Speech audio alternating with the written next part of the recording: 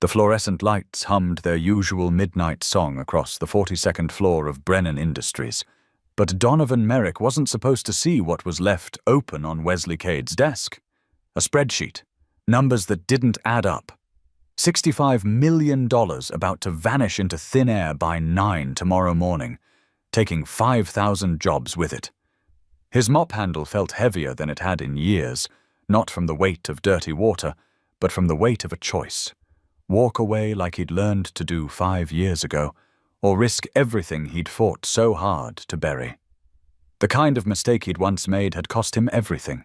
His career, his marriage, his name. Now someone else's mistake sat glowing on that screen, and Ruby's medical bills were stacked 3 inches high on his kitchen counter. The clock on the wall clicked past 2 in the morning. 7 hours left. Donovan had worked the night shift at Brennan Industries for 3 years, and in all that time, he'd perfected the art of being invisible. He pushed his cleaning cart through executive hallways after midnight, when the glass offices stood empty and silent, their occupants long gone to homes in Greenwich and Westport. The hum of the vacuum cleaner was his only companion, along with the distant whoosh of the HVAC system and the occasional beep from someone's forgotten computer. He liked it that way. The quieter his world, the less chance anyone would look too closely at the man pushing the mop. His daughter Ruby was the only person who really saw him anymore. At 8 years old, she had her mother's dark curls and a heart condition that kept Dr. Evelyn Ashford's number on speed dial. The surgery she needed cost more than Donovan made in 2 years, even with the double shifts he pulled whenever Marisol Vega covered for him.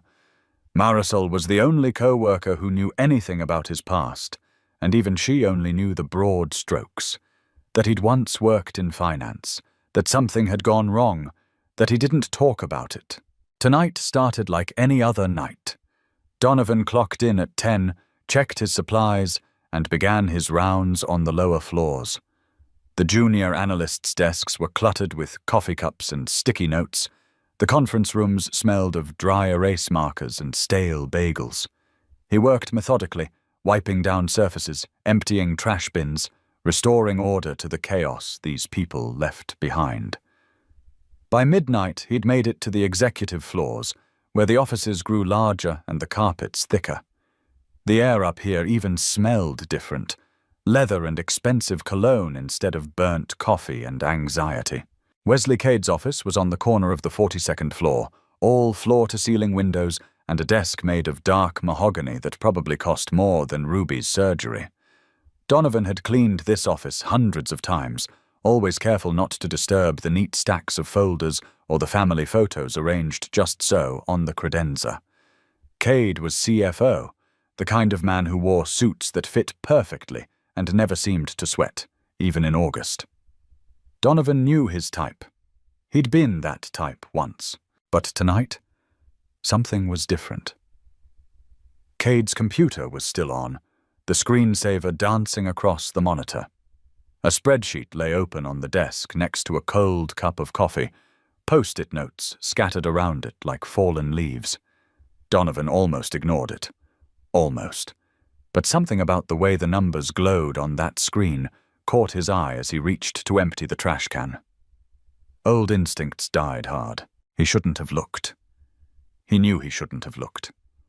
But his eyes found the spreadsheet anyway, and the numbers began to speak to him in a language he hadn't used in 5 years. Revenue projections for the 3rd quarter. Cash flow analysis. And there, buried in column M, row 73, was an error that made his blood run cold. A decimal point in the wrong place. $65 million misallocated. A phantom asset that would evaporate the moment the SEC reviewed the filing due at 9 in the morning. Donovan's hands tightened on the mop handle. He'd seen this kind of mistake before. Hell, he'd made this kind of mistake before, though his had been deliberate, a moment of weakness when he'd moved money where it shouldn't have gone to cover a bad investment. They'd caught him within a week.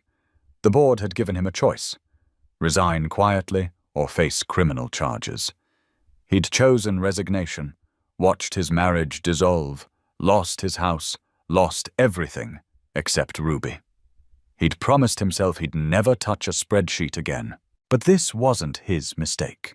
This was Cade's, and Cade clearly didn't know it yet. The filing would go through in the morning, the error would surface during the next audit, and Brennan Industries would face investigation. Fines, possibly criminal charges for misrepresentation. 5,000 people worked in this building. 5,000 people who'd lose their jobs while executives like Cade walked away with golden parachutes. The clock on the wall ticked to 2:15. Donovan stood there, mop in hand, staring at numbers that could destroy lives. He thought about Ruby, asleep at home with Marisol's teenage daughter watching her. He thought about the surgery bill sitting on his kitchen counter. He thought about the last time he'd tried to be a hero, how that had worked out. Then he set down the mop. His hands shook as he approached the desk. This was insane. If anyone caught him touching an executive's computer, he'd be fired on the spot, possibly arrested for corporate espionage. But the numbers kept glowing at him, that decimal point screaming its wrongness. Donovan pulled out the desk chair, real leather, the kind that probably cost a month of his salary, and sat down. The mouse felt foreign in his hand after all these years, but his fingers remembered. They always remembered. He opened the spreadsheet file, found the error, traced it back through 3 linked sheets to the source, a formula that had pulled from the wrong cell reference.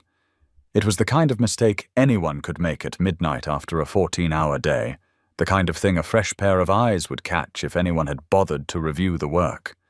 But Cade was CFO. Who reviewed the CFO's work? Donovan's cursor hovered over the cell. He could fix this in 30 seconds. Change the reference, let the formulas recalculate, save the file. No one would ever know he'd been here. Or he could walk away. Let Cade discover his own mistake. Let the chips fall where they would. Let 5,000 people pay for one man's exhaustion. Ruby's face swam into his mind. Not Ruby as she was now, pale and tired, but Ruby as she'd been before the diagnosis, laughing on the swings at the park, begging him to push her higher. "Higher, Daddy! I want to touch the sky!" He fixed the error.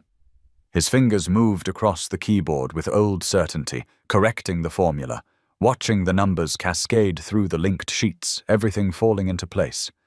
$65 million stopped being a phantom and became real again. The filing would be accurate. The SEC would approve it. 5,000 jobs would be safe. For a moment, Donovan just sat there, staring at the corrected spreadsheet. Then he carefully minimized the file, cleared the computer's recent activity log, old habits, and stood up. He grabbed a post-it note from Cade's desk and wrote in careful block letters, "Check column M, row 73. Decimal error in source formula. Corrected." He stuck it to the edge of the monitor where Cade would see it first thing in the morning. Then he picked up his mop and went back to work. His hands were still shaking. The rest of the night passed in a blur of cleaning solution and fluorescent lights. He finished his rounds, clocked out at 6 in the morning, and caught the bus home as the sun was rising over the East River. Marisol's daughter was asleep on his couch, and Ruby was curled up in her bed, her breathing steady and even. Donovan stood in her doorway for a long moment, watching her sleep, before he collapsed into his own bed with his work clothes still on. He woke 4 hours later to his phone ringing. Unknown number. He almost didn't answer, but something made him pick up. "Hello? Is this Donovan Merrick?" The voice was clipped, professional, female. "This is Harriet Grayson from Human Resources at Brennan Industries. We need you to come in today for a meeting. 2 o'clock, 45th floor." Donovan's stomach dropped. "What's this about?" "I'm not at liberty to discuss it over the phone. Please be prompt." She hung up before he could respond. He sat on the edge of his bed, phone still in his hand, heart hammering. They knew. Somehow they knew. Maybe Cade had checked the activity log more carefully than Donovan had. Maybe there were cameras he hadn't noticed. Maybe someone had seen him sitting at that desk. He'd been so careful. But careful didn't matter when you were a janitor in an executive's office at 2 in the morning. Ruby found him there 20 minutes later, still holding the phone. "Daddy? Are you okay? You look sad." She climbed onto the bed next to him, her small hand finding his. Her fingers were cold. They were always cold these days. "I'm fine, sweetheart. Just tired from work." He managed to smile. "How are you feeling? Any chest pains?" "Nope. I feel good today. Can we go to the park later? Bennett said his mom might bring him if the weather's nice." Bennett was Ruby's best friend from school, one of the few kids whose parents didn't treat her differently because of her heart condition. "Maybe tomorrow, okay? Daddy has to go back to work for a little while this afternoon." The lie tasted bitter. He didn't know if he'd have a job by tonight, didn't know if he'd be arrested. But he kept his voice light and easy, kept the fear away from her. She'd seen enough fear in hospitals and doctors' offices. She didn't need to see it at home, too. At 1:30, Donovan put on the only dress shirt he still owned, a blue Oxford that was frayed at the collar, and a tie he'd kept from his old life. His hands fumbled with the knot. It had been 5 years since he'd worn a tie. Ruby watched him from the couch, her eyes wide. "You look fancy, Daddy. Like a businessman." "Just a meeting, sweetheart. Marisol will be here in a few minutes to hang out with you." "Are you in trouble?" Kids always knew. Donovan knelt down next to the couch so he was at her eye level. "I don't know yet. But whatever happens, I need you to remember something, okay? I love you more than anything in the world. Everything I do because I love you. Can you remember that?" Ruby threw her arms around his neck. "I love you too, Daddy. You're the best daddy ever." He held her tight, breathing in the smell of her strawberry shampoo, feeling her heartbeat against his chest. Irregular, but strong enough. For now. The subway ride to Midtown felt like riding to an execution. Donovan watched his reflection in the darkened window, seeing a man who looked older than 42, whose eyes had seen too much, who'd made too many mistakes. The tie felt like a noose. When he reached the Brennan Industries building, the security guard he usually waved to on his way out looked at him with confusion. "Merrick, you got business up there?"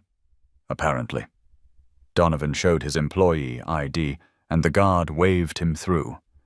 The elevator to the 45th floor was the same one he cleaned 3 nights a week, but riding it in daylight, in a shirt and tie, felt surreal, like stepping back into a life that no longer belonged to him.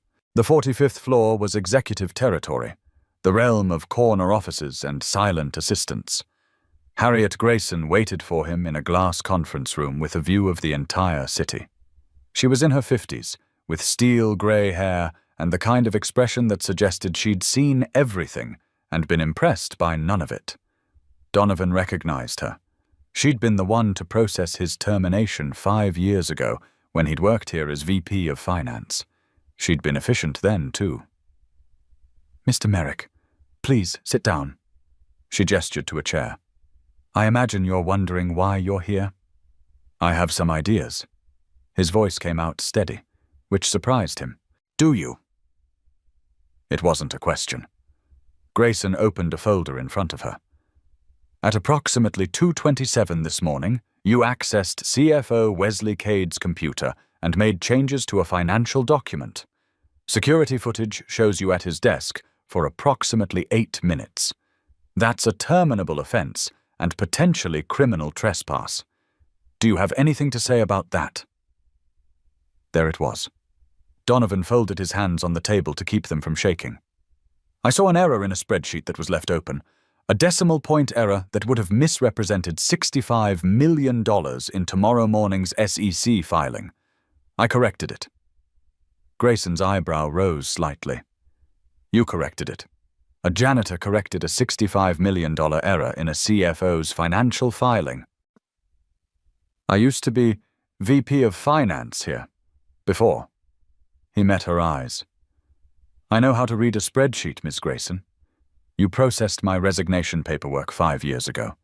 I'm sure you remember. Something shifted in her expression. Not sympathy exactly, but recognition. I do remember. You were involved in fund misappropriation. The board gave you the option to resign rather than face charges. I moved money to cover a bad investment. It was wrong. I resigned. I paid my debt. Donovan's jaw tightened. But what I did last night wasn't wrong. That error would have destroyed this company and 5,000 jobs. I fixed it because it was the right thing to do. Without authorization, by accessing a computer you had no permission to touch. Yes. They sat in silence for a moment. Grayson studied him with eyes that had evaluated thousands of employees over decades. Finally, she closed the folder. Wait here. She stood and left the conference room, her heels clicking on the polished floor. Donovan sat alone, watching the city spread out below. From this height, New York looked clean and organized, all the chaos invisible. He thought about Ruby, about the surgery she needed, about whether Marisol would take care of her if he ended up in jail. His phone buzzed. A text from Dr. Ashford's office, reminding him about Ruby's appointment next week. Another bill he couldn't pay. The door opened. But it wasn't Grayson who walked in. It was Aldrich Brennan himself, the CEO, a man Donovan had only ever seen from a distance during his VP days. Brennan was 58, with silver hair and the kind of presence that commanded rooms. Behind him came Wesley Cade, looking exhausted and pale, and Thorne Calloway, head of security, built like a retired linebacker. Donovan stood automatically, old corporate instincts kicking in. Brennan waved him back down and took the seat across from him. Cade and Calloway remained standing, flanking the door like sentries. Mr. Merrick. Brennan's voice was measured, neutral.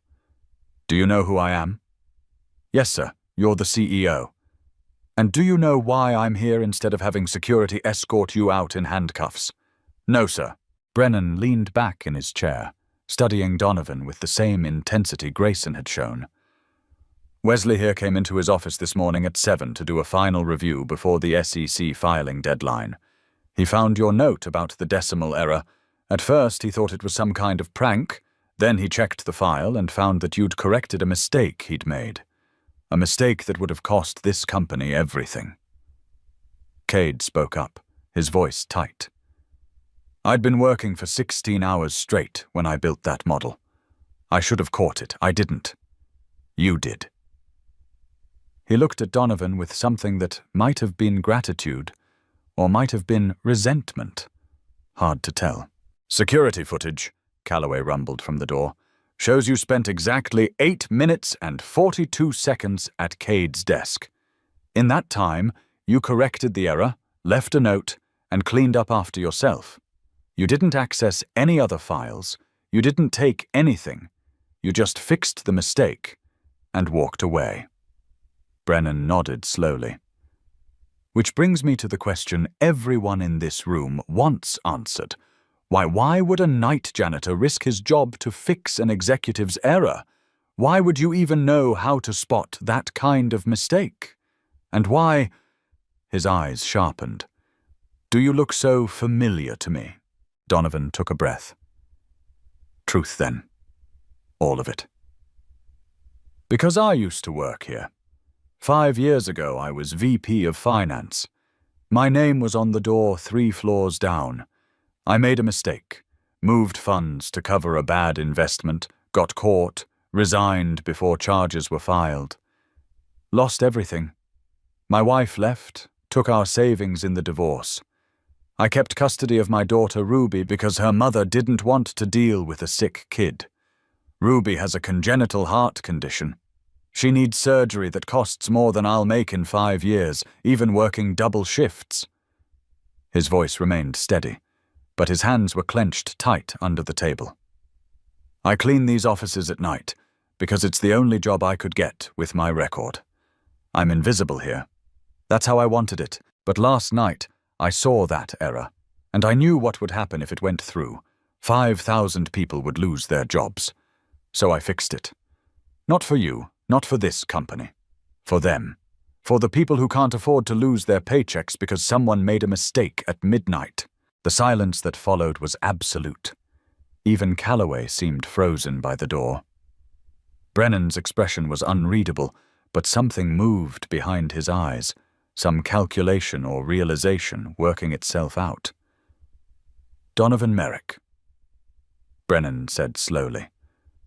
I do remember you. Not from your time as VP. I wasn't deeply involved in operations then, but I remember reading your termination report. You'd been flagged as a high performer before the incident. Multiple commendations. Then you moved $50,000 from one account to another without authorization, trying to cover an investment loss. Yes, sir. It was wrong. It was also, Brennan said, surprising everyone. Exactly $50,000. Not a penny more.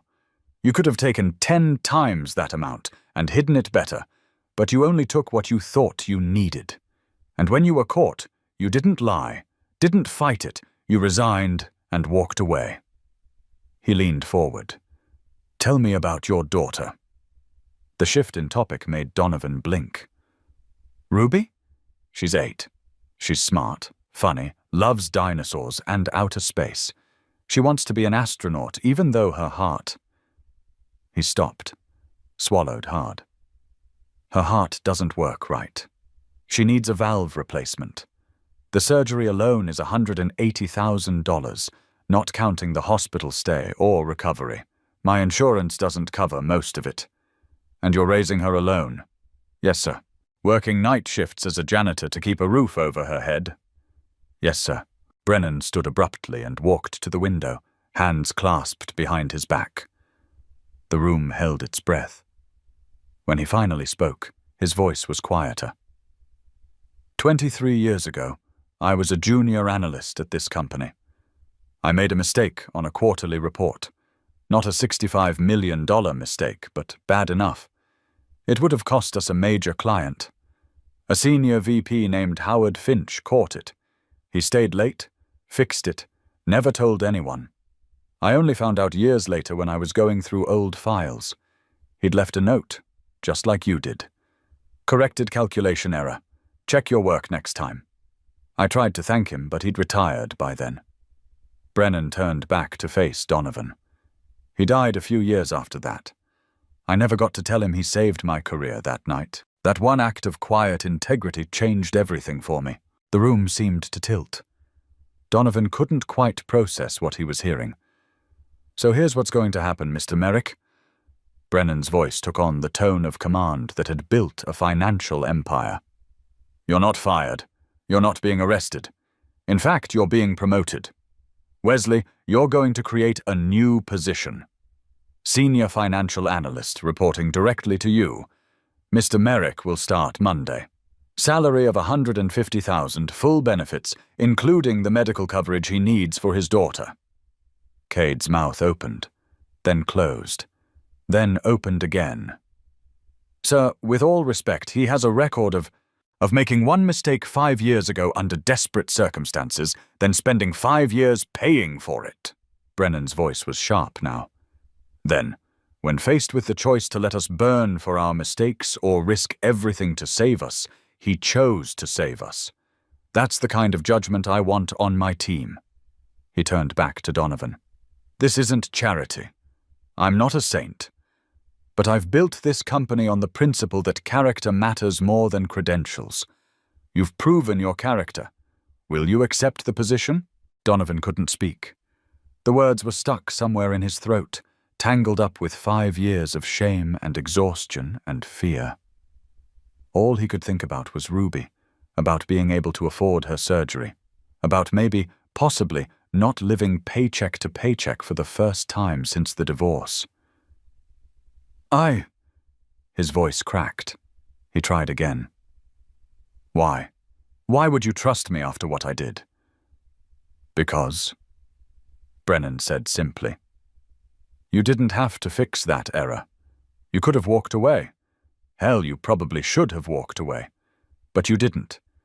You risked everything to do the right thing when you thought no one was watching. That tells me more about who you are than any mistake you made when you were desperate. He extended his hand. Do we have a deal? Donovan stood on shaking legs and took the offered hand. Yes, sir. Thank you. Thank you. The handshake was firm, brief, and binding. When Brennan released his hand, he nodded to Grayson, who'd been standing quietly by the door throughout the entire exchange. Harriet, draw up the paperwork. Wesley, brief Mr. Merrick on current projects. He'll need to get up to speed quickly. And Thorne! Brennan looked at his security chief.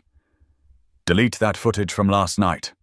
There's nothing on it that needs to exist. Already done, sir, Calloway said, the hint of a smile on his stern face.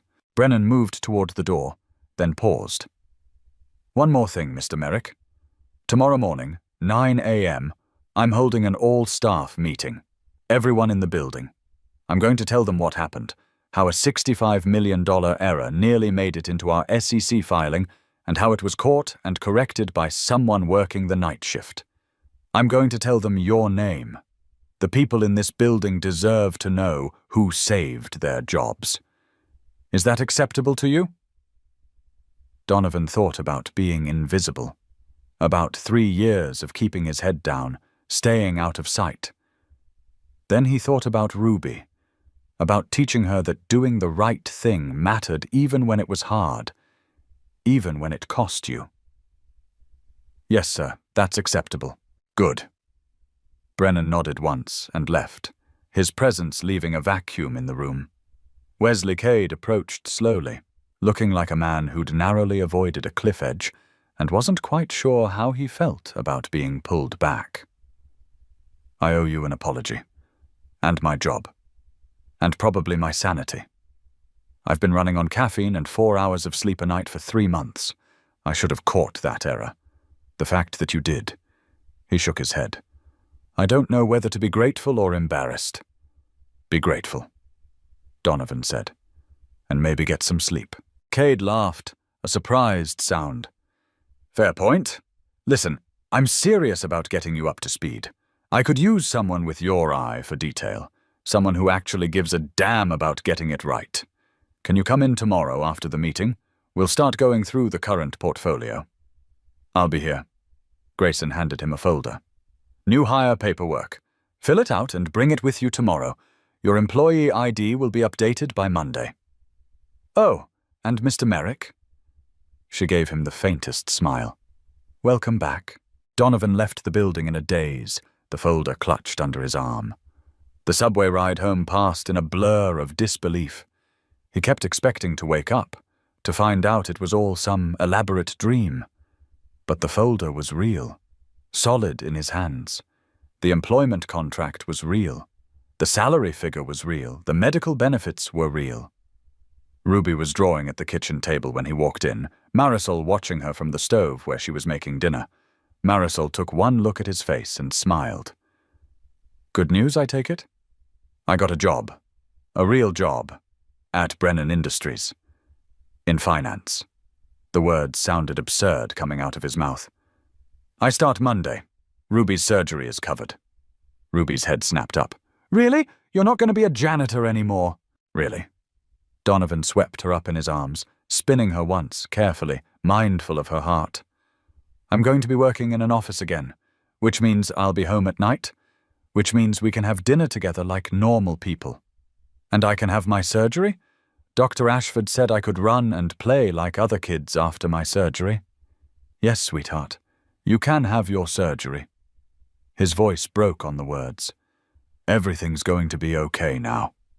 Ruby hugged him tight, her small arms around his neck. I told you, Daddy. You're the best daddy ever. That night, after Ruby was asleep, and Marisol had gone home with promises to celebrate properly over the weekend, Donovan sat at his kitchen table staring at the stack of medical bills. He thought about the last 5 years, about every night shift and double shift, every invisible hour cleaning offices while the people who worked there slept. He thought about the moment he'd seen that error glowing on Cade's screen, the choice he'd had to make. Walk away or risk everything. He'd risked everything. And somehow, impossibly, he'd won. His phone buzzed. A text from an unknown number. "This is Aldrich Brennan. I don't usually give out my personal number, but I wanted you to have it. What you did last night took courage, the kind of courage this company needs more of. I meant what I said today. Character matters. Looking forward to working with you. P.S. My assistant tells me you have a daughter who likes space. My wife runs the scholarship program at the Space Science Academy. Let's talk." Donovan read the message 3 times, each time expecting it to disappear. But it stayed. Solid and real, a lifeline extended from a man who understood what it meant to be given a second chance. He typed back slowly. "Thank you, sir. For everything. I won't let you down." The response came quickly. "I know you won't. That's why I hired you. See you tomorrow at 9. The next morning, Donovan put on his old blue Oxford shirt and the frayed tie, but somehow they didn't feel quite as shabby anymore. He kissed Ruby goodbye. Marisol was taking her to the park with Bennett, and caught the subway to Midtown. The security guard grinned when he saw him. "Heard you're a big shot now, Merrick. Finance, right?" "Senior analyst," Donovan said, still getting used to the title. "Good for you, man. Good for you." The 45th floor was packed when he arrived. Aldrich Brennan stood at the front of the conference room, in front of floor-to-ceiling windows that framed the Manhattan skyline. Every chair was filled, and people stood along the walls. Donovan recognized faces from his night shifts, analysts and assistants, mailroom workers and IT staff, executives and secretaries. The whole building had stopped. Brennan's voice cut through the murmur of conversation. "Thank you all for coming. I know this is unusual, stopping work in the middle of a Thursday morning, but I have something important to share." He paused, letting the silence settle. 2 nights ago, this company came within hours of making a $65 million mistake on our SEC filing, an error that would have triggered federal investigation, possible criminal charges, and the likely collapse of Brennan Industries. 5,000 jobs were at risk. Your jobs. The room went dead silent. The error was caught and corrected by a member of our night janitorial staff, a man who had no obligation to notice, no obligation to care, and every reason to mind his own business and walk away. But he didn't walk away. He saw the mistake, recognized what it would mean for all of you, and fixed it. Brennan turned, scanning the crowd until his eyes found Donovan standing near the back. "Donovan Merrick, would you come up here, please?" Every head in the room turned. Donovan felt 1,000 eyes on him as he made his way through the crowd, his heart hammering. When he reached the front, Brennan put a hand on his shoulder. "Mr. Merrick worked here 5 years ago as VP of Finance. He made a mistake, paid the price, and spent the last 5 years rebuilding his life. He could have been bitter. He could have let us fail.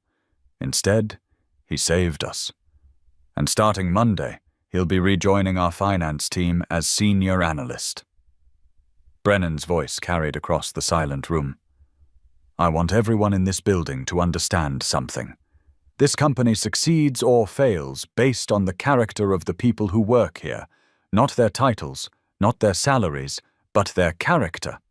The willingness to do the right thing when no one is watching, to stand up when it's easier to walk away. That's what Mr. Merrick showed us, and that's the standard I expect from everyone at Brennan Industries." The applause started slowly, uncertainly, then built like a wave. People stood, clapping, some of them with tears in their eyes, because they understood what had almost happened, what they'd almost lost. Donovan stood there, overwhelmed, as 5,000 people thanked him for a choice he'd made alone at 2 in the morning in an empty office. Wesley Cade pushed through the crowd and shook his hand. "Thank you," he said simply. "For everything." Others followed, analysts Donovan had never met, assistants whose desks he'd cleaned, people whose names he didn't know, but whose jobs he'd saved. They shook his hand, patted his shoulder, welcomed him back. A woman from accounting hugged him and whispered, "My kids thank you." A young analyst said, "I just bought a house. You saved my mortgage." Through it all, Donovan kept thinking about Ruby, about the moment he'd tell her that Daddy was going to be okay, that they were going to be okay, that doing the right thing sometimes actually mattered. When the crowd finally dispersed and people returned to their desks, Brennan pulled Donovan aside. "That wasn't easy, was it? Standing up there in front of everyone?" "No, sir. But it was right." "Good answer." Brennan smiled. "My wife wants to meet Ruby, by the way. The Space Science Academy has a scholarship program for kids interested in STEM fields. They also have a special fund for students with medical challenges. She thinks Ruby might be a perfect fit." Donovan's eyes stung. "Sir, I can't." "You already did, Mr. Merrick. You saved this company. The least we can do is help your daughter reach for the stars." Brennan handed him a business card. "Call that number. Tell them Aldrich sent you. They'll take care of the rest." The rest of the day passed in a blur of meetings and introductions. Wesley Cade walked him through current projects, introduced him to the finance team, set him up with an office, small but real, with a door and a window and a desk that wasn't covered in cleaning supplies.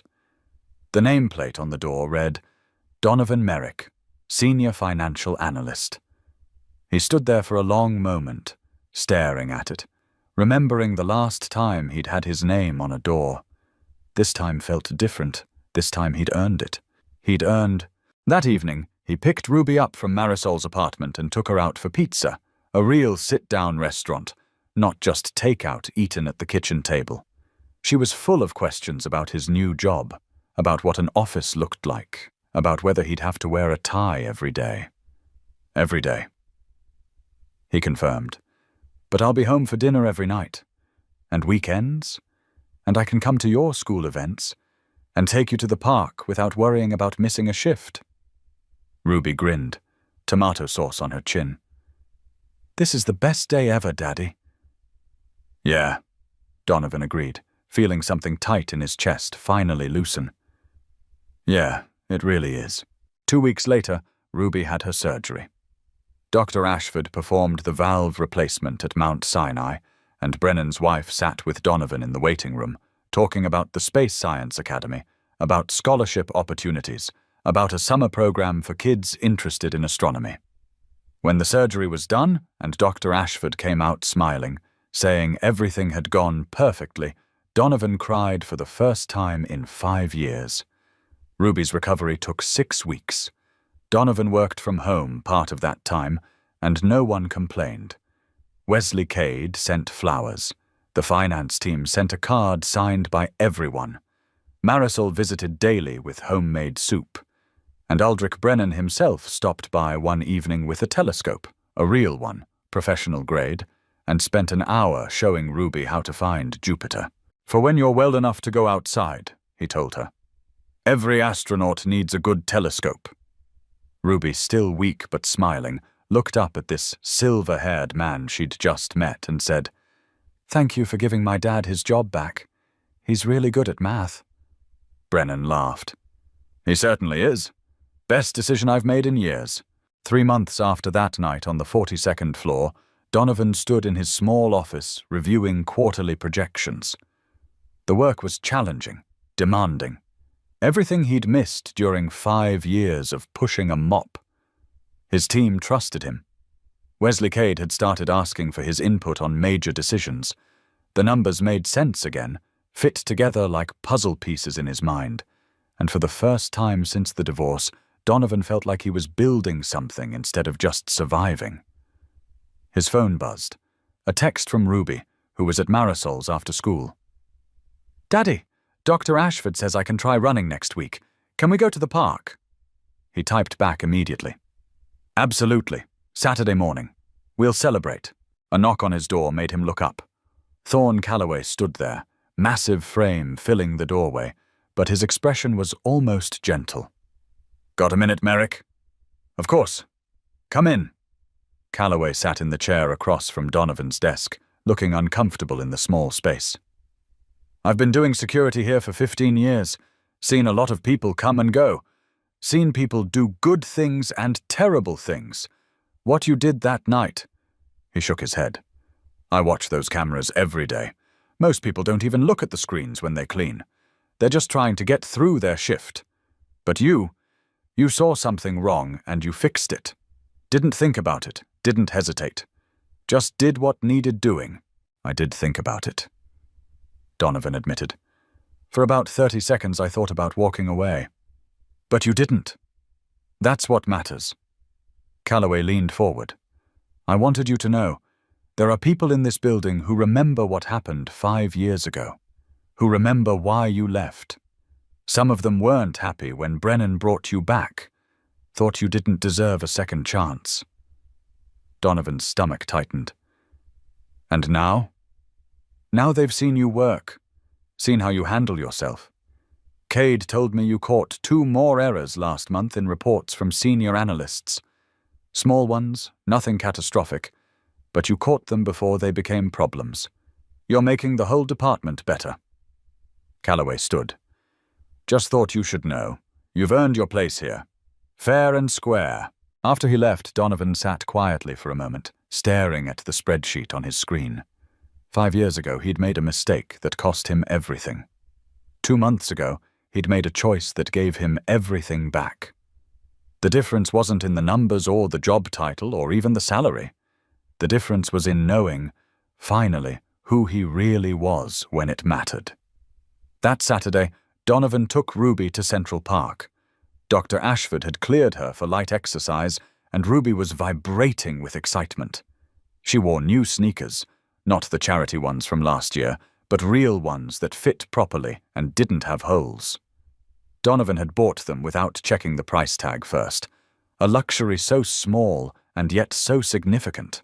They started at the Great Lawn, Ruby walking carefully at first, testing her limits. Then gradually she began to move faster. A jog. Then something close to a run. Not fast, not yet, but moving with a freedom she hadn't had in 2 years. Donovan watched with his heart in his throat, ready to catch her if she fell. But she didn't fall. She ran and laughed and threw her arms wide, spinning in circles under the October sun. "Look, Daddy, I'm flying!" She wasn't flying, of course. She was just a little girl running in a park on a Saturday morning. But to Donovan, watching her move without pain for the first time in so long, it looked exactly like flight. His phone rang. "Aldrich Brennan." Donovan answered, surprised. "Sir, is everything okay?" "More than okay. Just wanted to let you know. The Space Science Academy accepted Ruby into their summer program. Full scholarship, including medical support if she needs it. My wife pulled some strings." Brennan's voice was warm.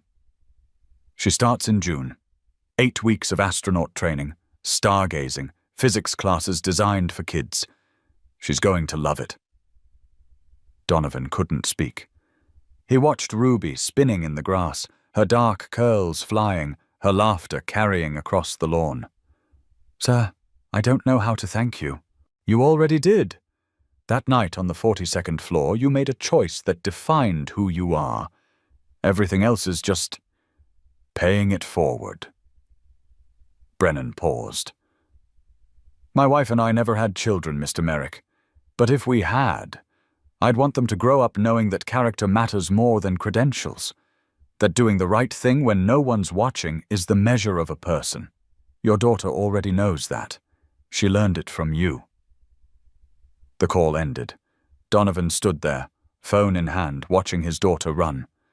5 years of shame, 5 years of night shifts and invisibility, 5 years of wondering if he'd ever be anything more than his worst mistake. And then one choice, made in the small hours of the morning, had changed everything. Ruby ran back to him, breathing hard but grinning. "Did you see? I ran the whole way. Dr. Ashford's going to be so proud." "I saw, sweetheart. You were amazing." He knelt down, looking her in the eye. "You know what else?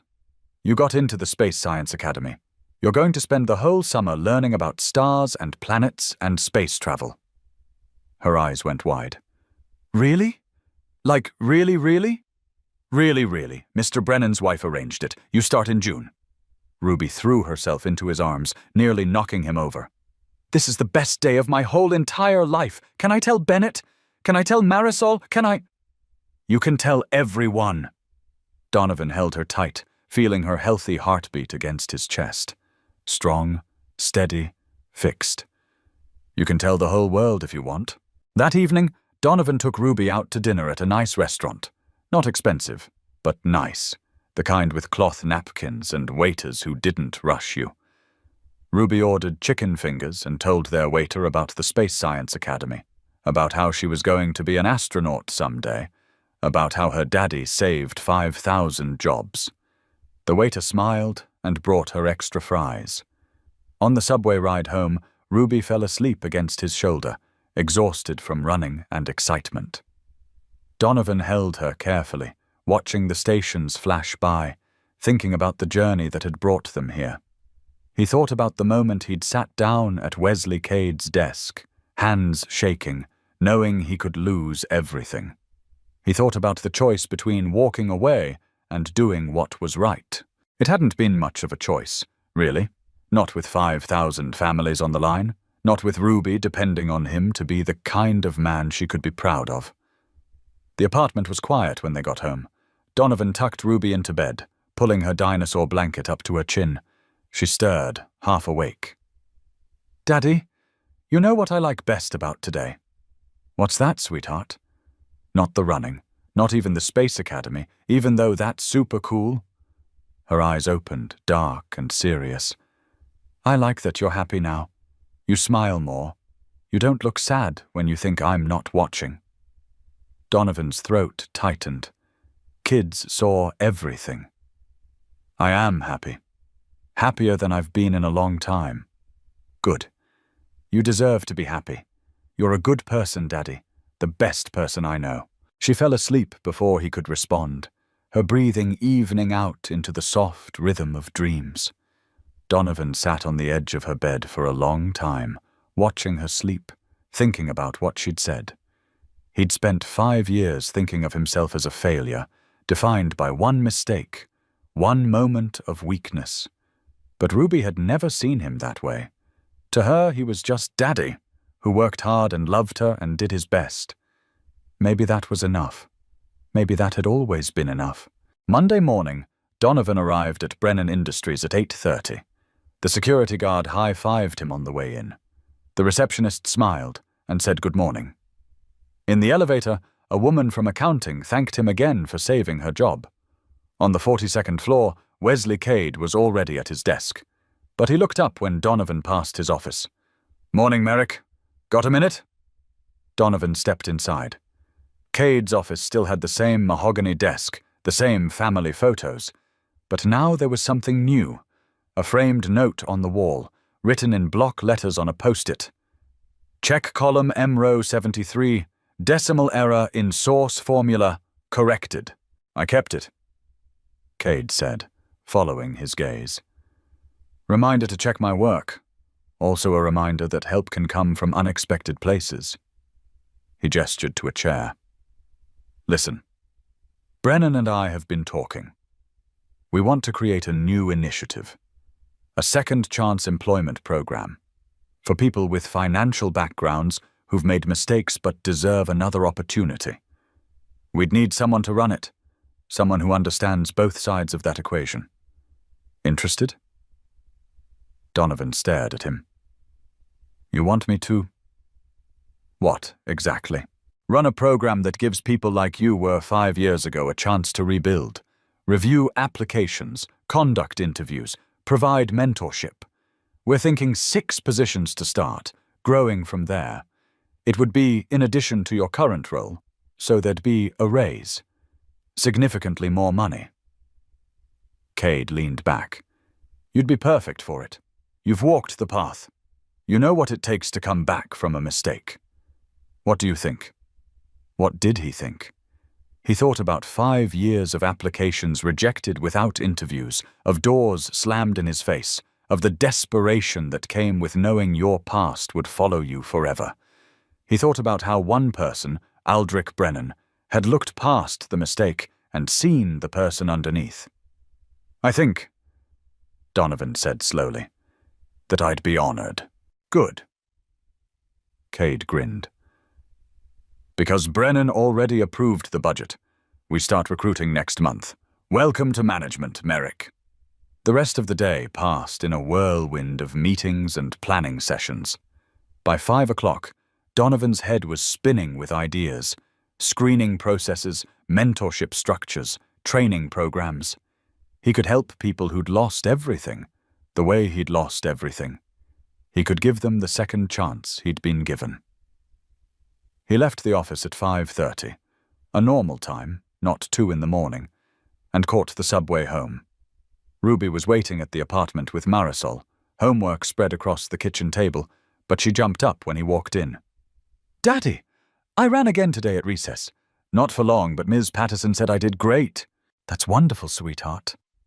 He kissed the top of her head, breathing in the strawberry shampoo smell that meant home and safety and everything he'd fought for. Marisol packed up her things, smiling. "Same time tomorrow?" "Same time?" "And Marisol?" Donovan pulled out an envelope. "This is for you. Back pay for all the times you watched Ruby when I couldn't afford to pay you properly." She opened it, saw the check, and her eyes widened. "Donovan, this is too much." "It's not nearly enough. You kept us going when I had nothing. Let me give you something back." She hugged him, fierce and quick, then left before he could see her cry. That night, after Ruby was asleep, Donovan stood at his kitchen window, looking out at the city lights. Somewhere out there, other people were working night shifts, cleaning offices, trying to survive their own mistakes. He thought about the program he'd be building, about the lives he might be able to change. One choice. One moment at 2 in the morning when he could have walked away. That's all it had taken to change everything. His phone buzzed. A text from an unknown number. "Mr. Merrick, this is Howard Finch, Jr. Mr. Brennan told me what you did. My father was the VP who saved his career 23 years ago. I wanted you to know. Dad always said the mark of a good person is what they do when no one's watching. He'd be proud to know you're carrying on that legacy. Thank you for being that person." Donovan read the message 3 times, feeling the weight of connection across years and lives. Howard Finch had saved Aldrich Brennan. Aldrich Brennan had saved Donovan Merrick. And now Donovan would save others. A chain of second chances stretching backward and forward through time. He typed back, "Your father set an example worth following. I'll do my best to honor it." The response came quickly. "That's all anyone can ask. Good luck, Mr. Merrick." Donovan set down his phone and looked around his small apartment. Not fancy, not big, but home. Ruby's drawings covered the refrigerator. Her telescope stood by the window. Her medical bills were filed away, marked "Paid in Full." On his kitchen counter sat a folder labeled "Second Chance Initiative, Proposal Draft." 5 years ago, he'd made a mistake that destroyed his life. 2 months ago, he'd made a choice that rebuilt it. And now, he had the chance to help others do the same. Not because it was easy, not because he'd forgotten what he'd lost, but because he remembered. Because he knew what it meant to fall and to fight your way back up. The city lights glittered in the darkness, thousands of windows lit against the night. Behind each one, lives were being lived, choices were being made, chances were being taken or missed. Somewhere out there, someone was standing at their own crossroads, trying to decide between walking away and doing what was right. Donovan hoped they'd choose right. And if they did, if they took that leap of faith, he'd be there to catch them. Because that's what second chances were for. Not just receiving them, but passing them on. He turned off the kitchen light and went to check on Ruby one last time before bed. She was sleeping peacefully, her chest rising and falling with easy breaths, her healed heart beating strong and steady. On her nightstand was a drawing she'd made that afternoon, a stick figure in a cape, flying among stars with the words, "My Daddy the Hero," written in crayon across the top. Donovan stood in her doorway, looking at that drawing, and felt something settle deep in his chest. Not pride exactly, though there was that too. Something more fundamental. The knowledge that when it mattered most, when everything was on the line, he'd chosen to be the person his daughter believed he was. And in the end, maybe that was the only measure that counted. The fluorescent lights of Brennan Industries would hum again tomorrow night, but Donovan Merrick wouldn't be there to hear them. He'd be home with his daughter, where he belonged. Someone else would push that cleaning cart through executive hallways. Someone else would see the world from the other side of invisible. And maybe, if they were very lucky, they'd get their own second chance. Because that's what Donovan had learned in those 7 hours between 2 in the morning and 9 a.m. on a Thursday that changed everything. Second chances weren't given. They were earned. One choice at a time, one moment of courage at a time, one decision to do what was right, even when no one was watching. And sometimes, if you were very fortunate, the whole building stopped to notice.